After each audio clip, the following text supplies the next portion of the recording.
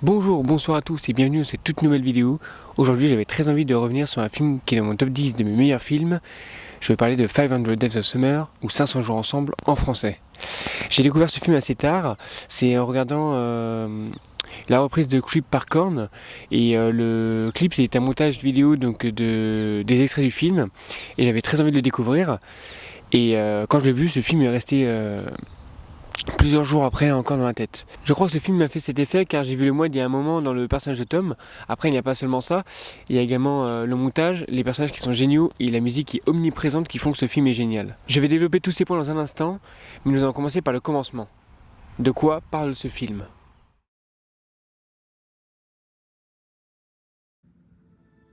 Ce film de 95 minutes est réalisé par Mark Webb qui signe son premier long métrage. Il est connu pour avoir réalisé plusieurs clips musicaux avant ça, et il est surtout connu pour avoir réalisé The Amazing Spider-Man sorti en 2012 et sa suite The Amazing Spider-Man Le Destin d'un héros sorti en 2014. Ce film est porté par un duo d'acteurs exceptionnels, Joseph Gordon-Levitt que j'ai déjà évoqué sur la chaîne et la magnifique Zooey Deschanel.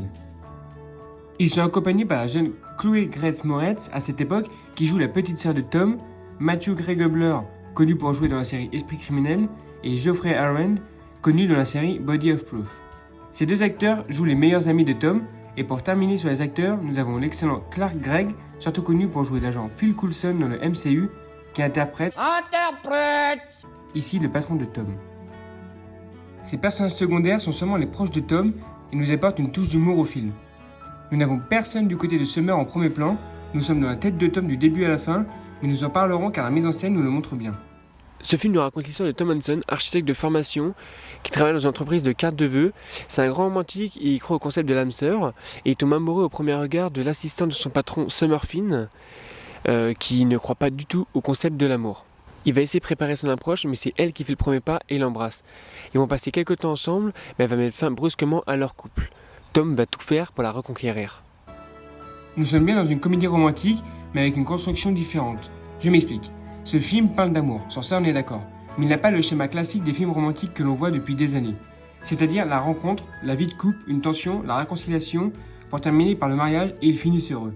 De toute façon, dès le début du film, on nous dit bien... Mais d'emblée, il faut que vous le sachiez, ce n'est pas une histoire d'amour. Ce film se démarque par sa mise en scène, ses acteurs et ses musiques qui nous envoûtent du début à la fin. Nous allons dès à présent décortiquer ce film étape par étape.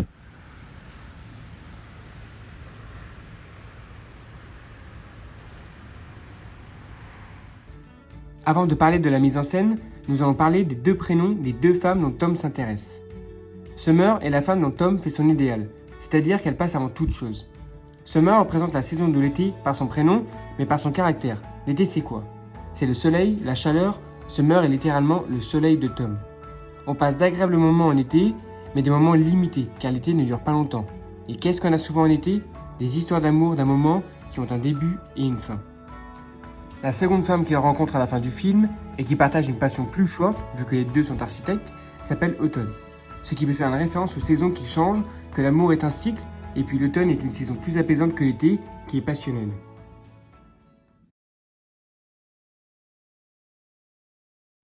Ce qui fait la force de ce film, c'est sa mise en scène, ainsi que sa narration déstructurée, et nous allons voir comment le réalisateur nous plonge dans sa vision romancée de l'amour. Pour commencer léger, nous allons évoquer les transitions pour passer d'un jour à l'autre. De la première fois où il la voit, à leur début de couple, les images de transition avec les jours qui passent sont colorées. Il rayonne alors que dès qu'elle rompt avec lui, vers le jour 200 et quelques, l'image s'assombrit et plus le temps passe et plus ça devient sombre. L'image la plus sombre, c'est le moment où son monde s'effondre et qu'il voit que c'est fini pour toujours avec Summer, car celle-ci va se marier avec un autre alors qu'il pensait se remettre avec. Au jour 500, le soleil revient, ainsi que les couleurs pour évoquer que la page est tournée, que Tom a pris sa vie en main. Et pour conclure, lorsqu'il rencontre Autumn, un tout nouveau jour commence et il rayonne et l'arbre est fleuri. Je trouve ces transitions intéressantes pour nous faire comprendre l'évolution émotive de Tom avec les jours qui passent du premier jour où il la rencontre jusqu'au moment où ils se disent au revoir et se souhaitent le meilleur.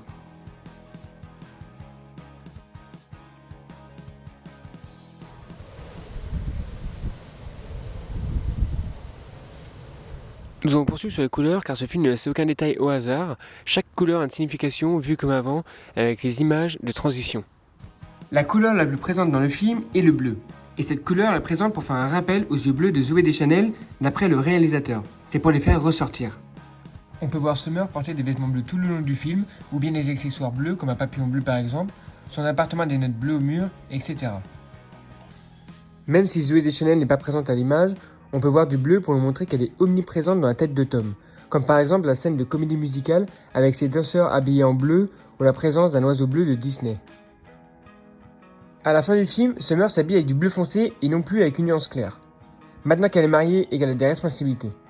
Car le bleu foncé signifie l'apaisement, la responsabilité et la stabilité. À la toute fin du film, Tom rencontre une femme qui s'appelle Autumn. Et je ne sais pas si vous avez remarqué la couleur de son haut, mais il est rouge. Cette couleur signifie l'amour et la passion. Et pour terminer dessus, Tom est représenté avec du marron. Couleur qui peut symboliser l'égoïsme, l'amitié, la bonté, l'ignorance ou bien encore la fidélité. Des traits qui lui caractérisent plutôt bien. Mark Webb n'a vraiment rien laissé au hasard. Un autre film qui reprend ce même concept et que j'adore, c'est La La Land. Passons à la chose qui fait que ce film se démarque, c'est la façon dont la narration est déstructurée. Ce n'est pas fait par hasard non plus, c'est comme si Tom se remémore quelques moments de son couple dans le désordre, comme quelqu'un qui essaierait de se rappeler ses souvenirs. Le film est monté de façon intelligente, on est dans la tête de Tom et il idolâtre Summer. Donc on voit tous les bons passages, mais le réalisateur ne met pas entièrement ou pas dans le même angle, et lorsque la sœur de Tom lui dit I know you think that she was the one, but I don't. No, I think you're just remembering the good stuff. Next time you look back, I really think you should look again.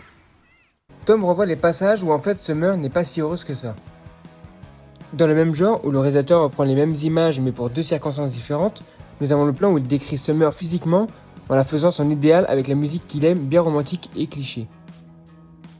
Et le même plan, quand elle le quitte, il la décrit avec dégoût et il hurle dans le bus qu'il hait la musique car ces détails qu'il a tant aimés chez elle deviennent insupportables après la rupture. Ce qui peut être le cas pour plusieurs d'entre nous. Pour ce qui est de la comédie musicale, après que Tom ait fait l'amour avec Summer, on peut le voir sortir de l'immeuble heureux et très confiant. La musique utilisée dans cette scène, You Make My Dream Come True, est tellement bien trouvée. Juste le fait d'entendre cette musique met de bonne humeur et nous donne envie de danser.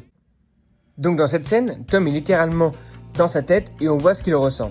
Tom se croit dans un film. On peut voir les gens danser autour de lui, tous habillés en bleu pour appeler Summer. Un petit oiseau bleu Disney se pose sur son doigt, qui peut supposer qu'avec ce genre de film, il se dit qu'enfin il a trouvé l'élu, la femme de ses rêves. Lorsqu'il se regarde dans la vitre d'une voiture, ce n'est pas son reflet que l'on voit, mais celui de Han Solo. Et ce n'est pas pour rien que c'est lui, car Tom s'imagine aussi confiant que Han Solo. C'est quand même la personne qui répond « je sais » à quelqu'un qui lui dit « je t'aime ». On peut apercevoir des personnes lui serrer la main, soit pour lui féliciter d'avoir couché avec Summer, comme une consécration, ou bien d'avoir conclu avec elle, car pour lui, coucher avec elle signifierait qu'ils sont en couple, alors que l'on peut coucher avec quelqu'un sans pour autant s'engager, ce qu'elle fait avec Tom un peu, car elle ne cherche rien de sérieux. Et pour terminer avec cette scène, on peut voir une fontaine qui jaillit. Moi j'ai interprété comme un orgasme, une éjaculation ou une explosion de bonheur. Après ce n'est que mon avis, mais vu que rien n'est laissé au hasard, pourquoi pas. La fin de cette scène est vraiment bien pensée. Tom rentre dans l'ascenseur, droit, heureux, avec un large sourire, bien habillé et bien coiffé. La porte se ferme et se rouvre un autre jour, comme une transition sur un Tom courbé, triste, meurtri, qui subit la vie et n'a plus aucune motivation et de confiance en soi. L'amour nous donne de la force et de la motivation d'une certaine manière. Je vais maintenant parler des deux split screens du film. La scène d'introduction et la scène où le monde de Tom s'effondre. Le réalisateur joue avec la réalité et les attentes, car dans notre tête, on se fait des films et la réalité est tout autre. Le fantasme est toujours plus beau que dans la réalité. Enfin, pas toujours. On peut voir le tout premier split screen au tout début du film. Il nous présente nos deux personnages pendant leur jeunesse. Lui est un rêveur qui vit son monde comme dans un film, alors qu'elle est terre à terre et vit le divorce de ses parents. Que la vie n'est pas toute rose. On nous montre bien leur différence. Lui a grandi à la nature, tandis qu'elle a grandi dans des milieux urbains. Ils ne sont même pas dans le même cadre, ce qui pourrait faire allusion qu'il y a un fossé entre eux. Après ça, ce n'est que ma supposition. Pour le second split screen, nous allons revenir sur Tom qui vit toujours dans ses rêves et la réalité va le faire redescendre de son nuage violemment. Dans l'attente, on peut voir Tom monter les marches rapidement et facilement, mais dans la réalité, c'est plus lent et plus compliqué. Quand elle ouvre la porte dans son rêve, elle l'embrasse, c'est elle qui fait le premier pas. Mais dans la réalité, elle lui dit bonjour, comme on dirait bonjour à un ami, et le serre dans ses bras amicalement. Il souhaite qu'il n'y ait pas autant de ses amis, et même certains le saluent, alors que dans la réalité, il y a du monde et personne ne le calcule. Je ne vais pas tous vous les faire, mais la réaction de Summer est l'exact opposé de ce qu'il souhaite. il voudrait qu'elle passe la majorité de son temps avec lui et pas avec les autres, la réalité prend le dessus lorsqu'il voit qu'il n'a plus aucune chance et que son idéal est parti pour toujours.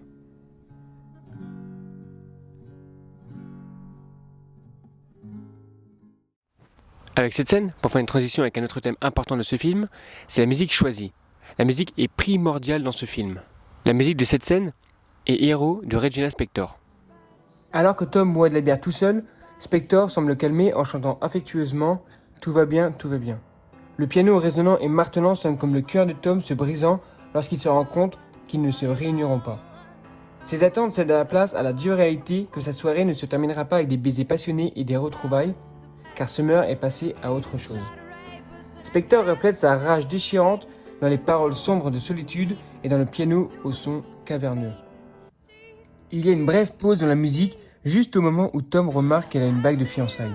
Et elle reprend dans un crescendo vertigineux alors qu'il descend les escaliers de son immeuble et s'éloigne de sa douleur et de sa déception. « Je suis le héros de cette histoire, je n'ai pas besoin d'être sauvé », chante Spektor.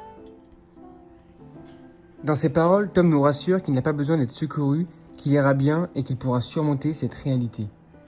Mais nous savons que Tom ne surmontera pas Summer si facilement et qu'il considère Summer comme la fille de ses rêves, quelqu'un qui peut le sauver de la solitude du célibat. Tout va bien, tout va bien. Spektor apaise à nouveau doucement alors qu'il sort précipitamment du bâtiment, mais tout ne va pas bien.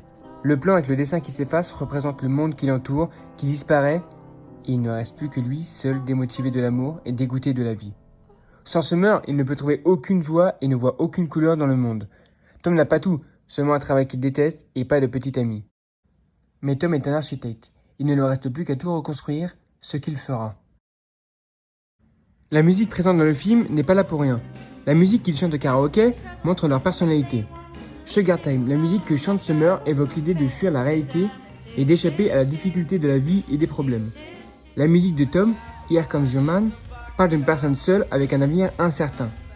Il attend avec impatience la personne qui lui apportera la sécurité et le soulagement. Il garde espoir que l'âme sœur arrivera et rendra tout meilleur, que l'amour finit toujours par arriver. L'une des scènes les plus connues de ce film, c'est lorsque Summer lui parle pour la première fois dans l'ascenseur à propos de la musique, un sujet qui les passionne. Plus précisément de la musique des Smiths, There is a lighting that never goes out. Et j'ai remarqué un détail intéressant, alors je ne sais pas si c'est voulu ou non, mais le passage que chante Summer, elle dit « To die by your side, such a heavenly to die ». En français, ça donne « Mourir à tes côtés serait une façon divine de mourir ». Et juste après, Tom tombe littéralement amoureux de Summer. Après, selon moi, Tom, s'est encore fait un film dans sa tête, avec Summer qui chante ce passage, ou alors il remarque qu'elle a les mêmes goûts que lui. Dites-moi si vous avez trouvé ça curieux, ou si c'est seulement une coïncidence et que j'ai peut-être poussé l'analyse un peu trop loin.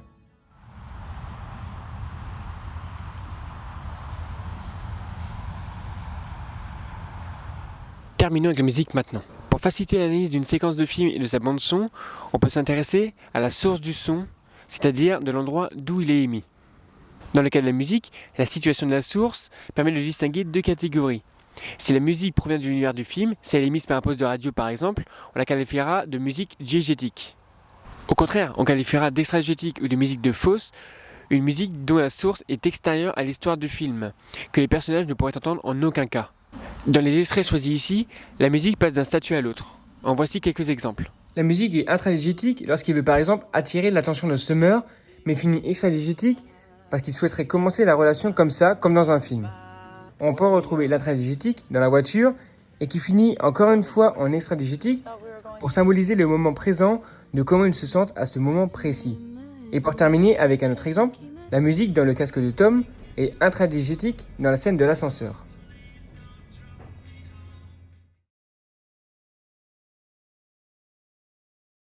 Selon moi, ce film est fait pour prévenir les futurs Tom, c'est-à-dire les personnes qui pensent que les films reflètent la réalité, que l'amour n'est pas comme les fictions, que ce n'est pas toujours beau et simple, que c'est plus compliqué que ça. La vision de l'amour est quelque chose de dur à expliquer. Si vous vous identifiez à Tom, ce film vous permettra de comprendre que les ruptures vous permettent de vous recentrer sur vous, vos rêves et vos ambitions personnelles. Ce film finit par vous faire espérer que finalement les ruptures peuvent être positives. Il vous fera prendre du recul sur la façon dont vous envisagez les relations amoureuses. Enfin, grâce à lui, vous comprendrez qu'il faut avant tout vous construire vous-même en tant qu'individu avant de vouloir construire quoi que ce soit. J'ai l'impression que Mark Webb nous parle du manque de courage des hommes à faire le premier pas, que je qualifierais de manque de confiance en soi. Combien de fois une personne nous plaît et on n'ose rien dire, soit par ridicule, soit par manque de confiance, ou bien encore la peur de perdre la personne et la relation que l'on a avec elle en dévoilant nos sentiments. Par exemple, dans la scène du karaoké, il avait l'occasion de tout lui dire et même pourquoi pas de l'embrasser devant le taxi. Mais non. Donc c'est elle qui fera le premier pas et l'embrasse le lendemain ou quelques jours après. Lui préfère imaginer la relation que d'agir. Summer, elle, est une personne qui agit. Mais à la fin du film, il prend enfin les rênes et c'est lui qui fait le premier pas avec Autumn.